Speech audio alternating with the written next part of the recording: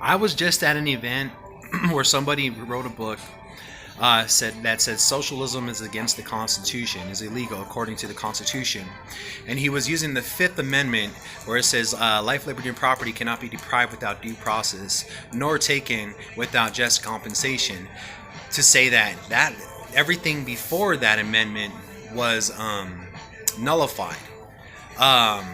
I think he's wrong on that. I'm pretty sure he is, because at the end, George Mason was the one who wanted to write the Bill of Rights, and he liked the.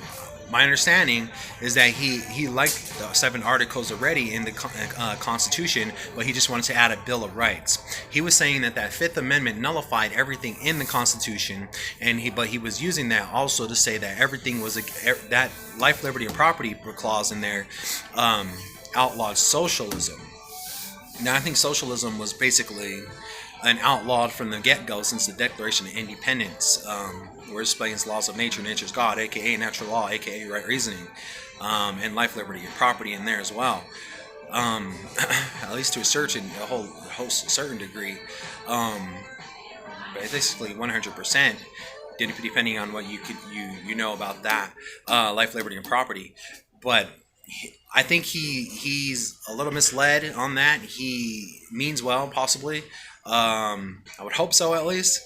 But he's got a whole bunch of people following after him, because I mean they don't like socialism already, right? And but the thing I asked him, if he believes in original intention in meaning the Declaration of Independence, because those were the principles that they broke off from Great Britain for and went to war for, which I would assume if they went to war for and broke off and tried to defend, they would have transferred that straight into their government Articles of Confederation and then into the Constitution. They wouldn't just leave those principles all alone and start going and not actually fight for them.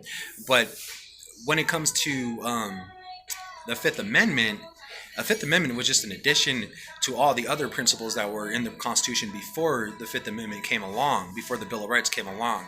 And then the Bill of Rights came along 2 years later, after the 7 articles in the Constitution was written. The 7 articles give us the proper government, such as senators and a representative government, one where of checks and balances, one where the president gets to veto bills that are come up to his desk, and the 2/3 of the majority of Congress, aka the Senate and the House of Representatives, can override it, and if they want to, and make it a law. He basically said the Fifth Amendment nullified all of that, and none of that is okay. In that basically he's trying to make a government based off of one amendment in the Constitution, life, liberty, and property clause. And so I think he meant well. He's a little deceived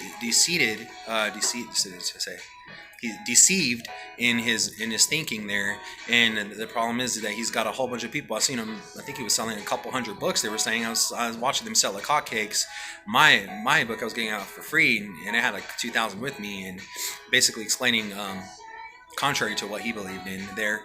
But I mean, the fact that he was getting that off and he was selling that, and it sounds so good to people because they don't like socialism already, is a little bit of it can be a little bit of a disease in the real movement to try to restore the Constitution. So I know a lot of people, they don't know a whole lot. He's the latest one that they have to go off of as far as understanding how it works, but they just never heard a little bit another side to it, and they don't necessarily understand how the Constitution works, like me and probably not a whole lot of people. But I mean, Rick Kerber from the Free Capitalist Project probably would understand how to explain something like this. I'm a Free Capitalist Project member too, but this is kind of rude to do with just my book, my own personal view of things right now to this degree, on what I came across and how I know how to explain it. But just keep your eyes and ears open when it comes to the life, liberty, property clause and original intention. That thing is roaming around out there, and here's just a little bit of you to shed some light on it, to get some truth and add more to it. Our founding fathers weren't dumb. They were the smartest people ever born in the history of mankind, some of them, a whole lot of them. But yeah, let me go ahead and just leave that here for you guys, and feel free to comment and give me any feedback you want. Thanks. Bye-bye.